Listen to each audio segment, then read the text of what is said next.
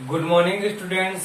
मैं राजेंद्र कुमार आप सभी का फिर से वेलकम करता हूं मेरे यूट्यूब चैनल आर के मैथ्स क्लासेज में। स्टूडेंट्स, अभी तक जो हमारी क्लासेस हुई थी 1.2 तक, एक्सरसाइज 1.2 इंटीजर्स की जो क्लासेस हुई थी, आप सभी को समझ में आ रहा होगा, अंडरस्टैंड हो रहा होगा कि क्या हमारे किस टाइप से कौन सी प्रॉपर्टी हो रही है, कौन से क्वेश्चन किस टाइप से हो रहे हैं। ठीक है, यह आप सभी को समझ में आ रहा होगा। अब हम नेक्स्ट एक्सरसाइज की ओर आगे बढ़ेंगे। एक्सरसाइज 1.3, उसकी भी कुछ प्रॉपर्टीज है, सम प्रॉपर्टीज है, उनको पहले अपन अंडरस्टैंड करेंगे और फिर बाद में क्या करेंगे, क्वेश्चन को सॉल्व करेंगे। ठीक है, तो आओ स्टार्ट करते हैं अपनी क्लास को। क्या है हमारी प्रॉपर्टीज की प्रॉपर्टीज फॉर मल्टीप्लिकेशन। मल्टीप्लिकेशन के लिए प्रॉपर्टीज है स्टूडेंट्स। पहले तो हमारे पास जो 1.2 एक्सरसाइज में आया था वो आया था मल्टीप्लिकेशन फॉर इंटीजर्स, यानी इंटीजर्स का मल्टीप्लिकेशन था। ठीक है, उसमें closure property, associative property, commutative property ये आ गई थी हमारे पास। लेकिन अब है प्रॉपर्टीज फॉर मल्टीप्लिकेशन, यानी जो प्रॉपर्टी होगी वो मल्टीप्लिकेशन की प्रॉपर्टी होगी।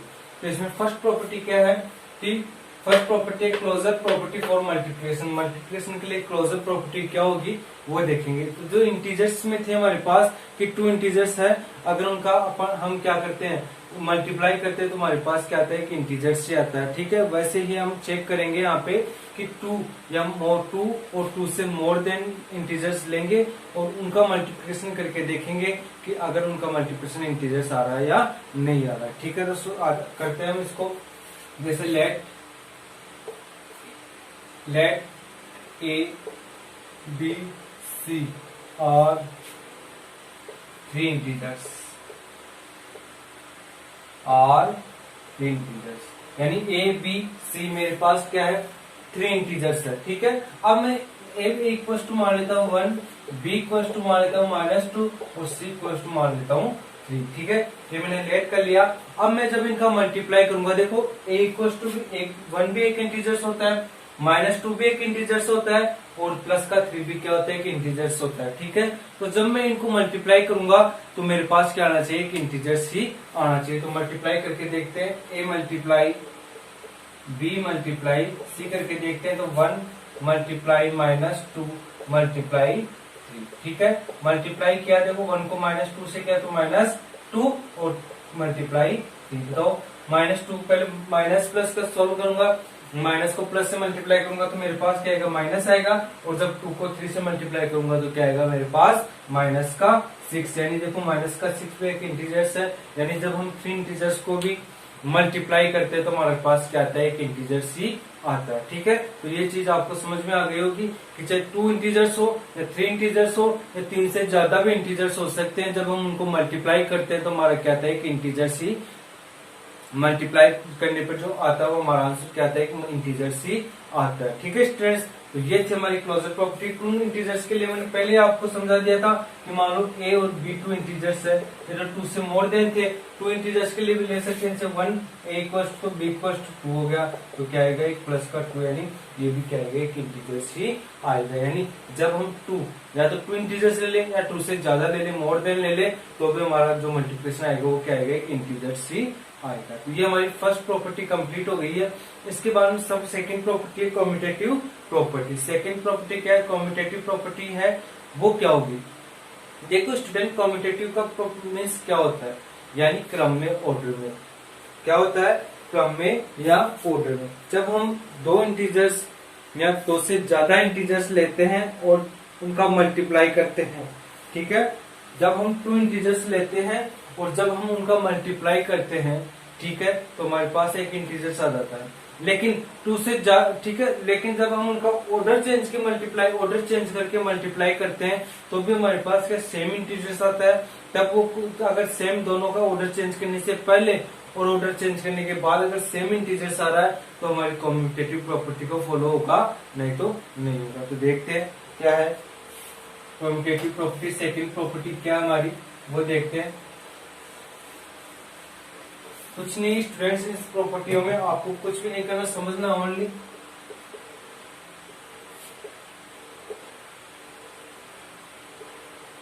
Commutative property for multiplication.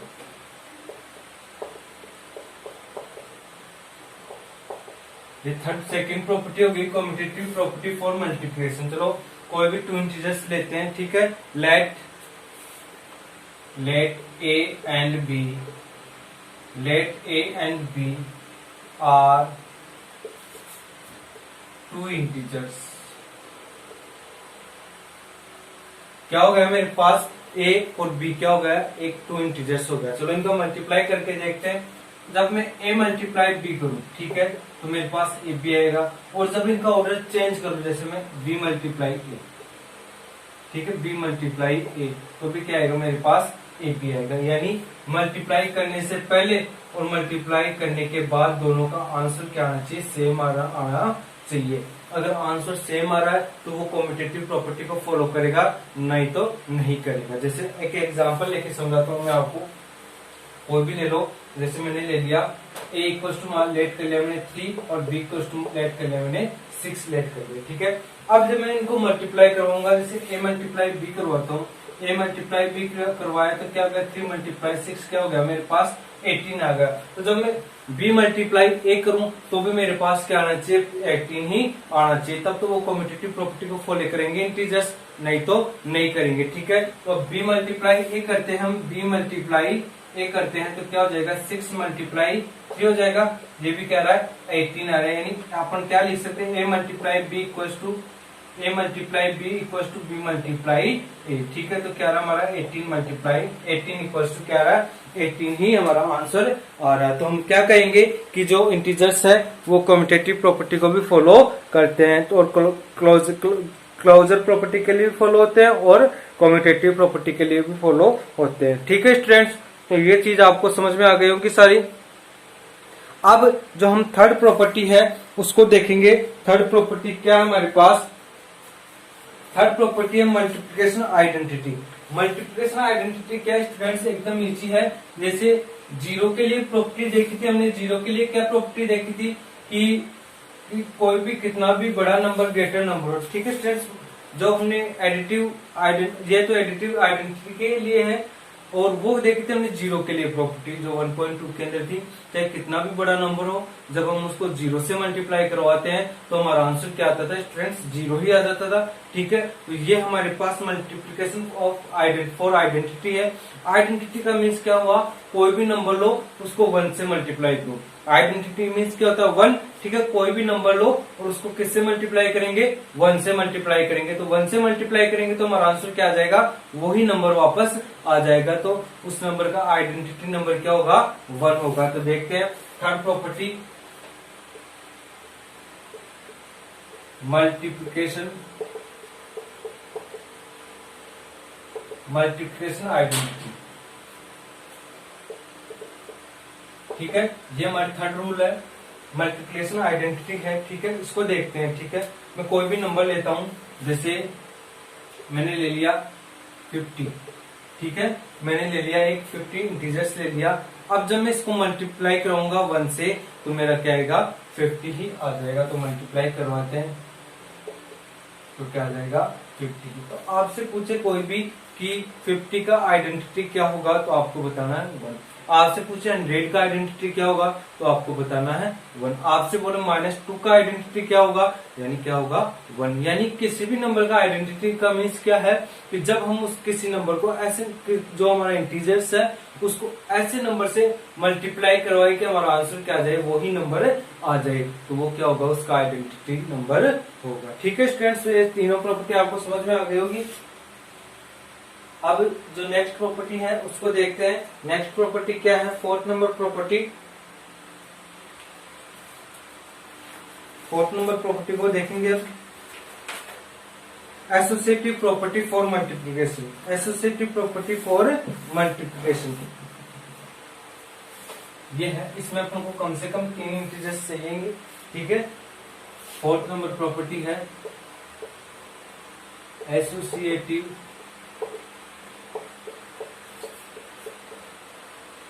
Property for multiplication. Associative property for multiplication के लिए एसोसिएटिव प्रॉपर्टी देखेंगे स्टूडेंट्स। हमको इस जो ये रूल है फोर्थ नंबर, इसमें अपन को कम से कम 3 इंटीजर्स चाहिएंगे और ये सारा काम अपना मल्टीप्लिकेशन के लिए हो रहा है। ठीक है, सारा काम किसके लिए हो रहा है? मल्टीप्लिकेशन के लिए हो रहा है। तो हमको ध्यान रखना, समय मल्टीप्लाई का सिंबल आएगा। अभी ऐड के लिए आता तो ऐड का सिंबल आ जाता, डिवीजन के लिए आ जाता तो डिवीजन का सिंबल आ जाता। लेकिन मल्टीप्लिकेशन की बात करें तो अपन मल्टीप्लिकेशन के लिए एसोसिएटिव प्रॉपर्टी देखेंगे। ठीक है, तो अपन को कम से कम कितने इंटीजर्स की रिक्वायर्ड होगी? 3 इंटीजर्स की रिक्वायर्ड रहेगी। ठीक है, तो देखते हैं, कोई भी 3 इंटीजर्स ले लेते हैं। जैसे let A B and C are 3 integers. क्या कर लिया कि मेरे पास ए बी एंड सी क्या है? 3 इंटीजर्स है। तो एसोसिएटिव प्रॉपर्टी में क्या होता है कि कोई भी 2 इंटीजर्स का पेयर बना के तीसरे नंबर से मल्टीप्लाई करवाते हैं। ठीक है, ऐसे ही उसका ऑर्डर चेंज करके जब मल्टीप्लाई करवाते हैं तो हमारा जो दोनों का ऑर्डर चेंज करने से पहले और ऑर्डर चेंज करने के बाद में जो हमारा प्रोडक्ट है वो अगर इक्वल आता है तो वो एसोसिएटिव प्रॉपर्टी को फॉलो करता है। तो देखते हैं हम 3 इंटीजर्स कैसे होगा। देखो, जैसे मैंने ए मल्टीप्लाई बी और मल्टीप्लाई सी कर दिया, यानी पहले तो मैंने दोनों नंबर को ब्रैकेट में ले लिया, तीसरे वाले नंबर को जो इंटीजर्स था उसको बाहर कर दिया। अब क्या करूंगा, यहाँ पे एक को बाहर कर दूंगा और बी मल्टीप्लाई सी कर दूंगा। ठीक है, अगर ये दोनों इक्वल आ रहे हैं इनका प्रोडक्ट, तो जो हमारे इंटीजर्स हैं वो एसोसिएटिव प्रॉपर्टी को फॉलो कर रहे हैं, नहीं तो नहीं कर रहे। तो हम कोई भी 3 इंटीजर्स लेते हैं। Let A equals to 1, B equals to 2 और सी इक्वल्स टू कितना मान लिया मैंने? 3। तो चलो इस कितना करते हैं, 1 मल्टीप्लाई 2 और ब्रैकेट में लेके ब्रैकेट क्लोज मल्टीप्लाई 3। ठीक है, और 1 मल्टीप्लाई ब्रैकेट ओपन 2 मल्टीप्लाई 3 और ब्रैकेट क्लोज। चलो 1 को 2 से मल्टीप्लाई करूंगा तो क्या आएगा मेरा?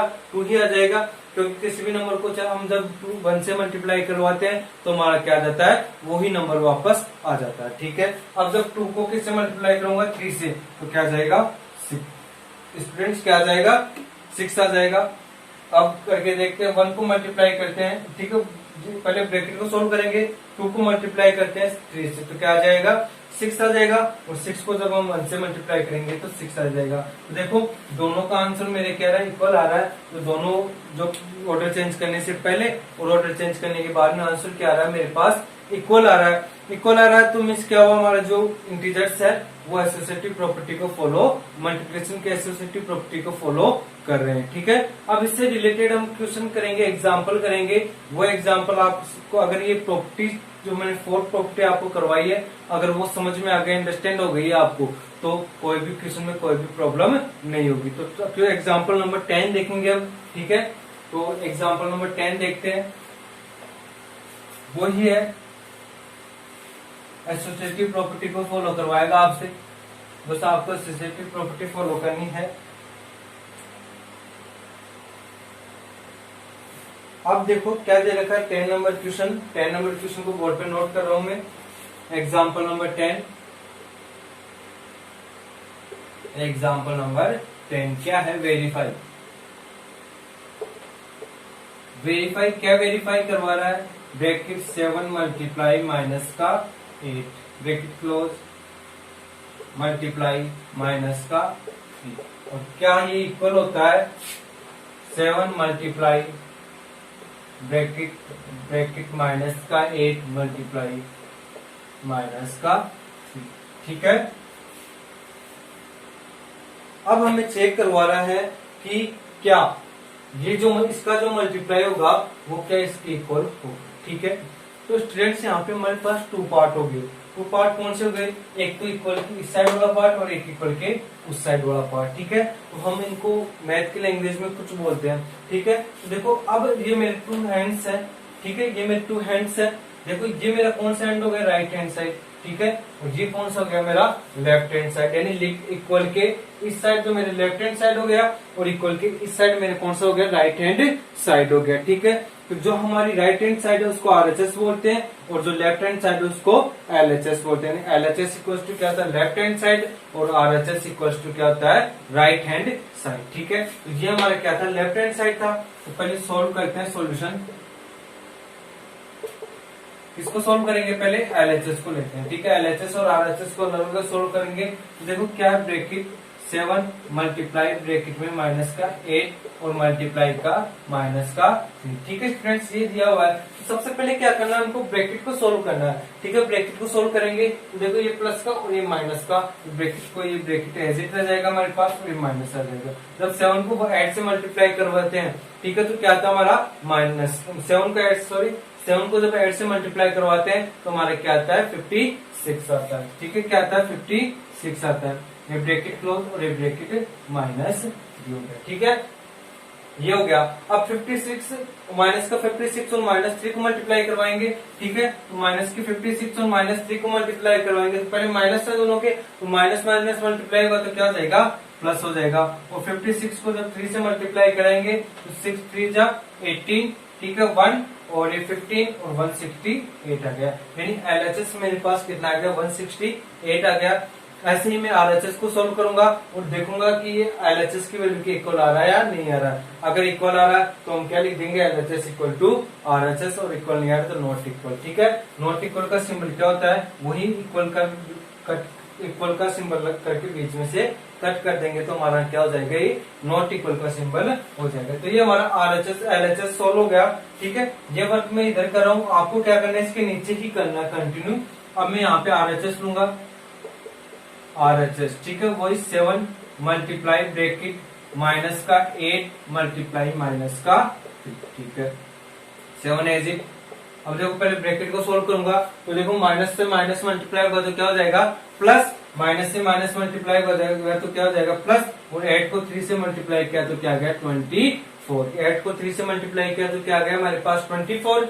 अब 24 प्लस का और 7 भी प्लस का, इन दोनों को मल्टीप्लाई करेंगे तो देखते हैं क्या आता है। ठीक है, ये 8 7 को 4 से किया तो 8 बच गया 2, 7 को 4 से किया तो 28 बच गया 2। ठीक है, और 7 को 2 से किया तो 14 और 2 कितना हो गया 168। काय का 168 प्लस का 168 आ गया हमारे पास।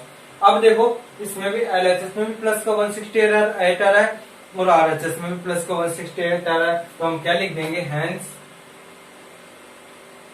LHS इक्वल टू RHS, यानी जो राइट हैंड साइड जो लेफ्ट हैंड साइड है वो राइट हैंड साइड की इक्वल है। तो इस टाइप से हमें क्वेश्चन सोल्व करना है। पहले ब्रैकेट को सोल्व किया, मल्टीप्लाई वाली अगर आपको रूल्स लर्न हो गए, ठीक है, समझ में अंडरस्टैंड हो गया तो आप ये मल्टीप्लाई आराम से कर सकते हो। ठीक है, सिंबल्स का ध्यान रखना आप लोगों को, कुछ नहीं है। तो ये हमारे 10 नंबर के एग्जाम्पल हो गया है। अब क्या है, एक लास्ट प्रॉपर्टी है मल्टीप्लिकेशन की, कि डिस्ट्रीब्यूटिव प्रॉपर्टी फॉर मल्टीप्लिकेशन और एडिशन और सब्सट्रैक्शन। डिस्ट्रीब्यूटिव प्रॉपर्टी है वो क्या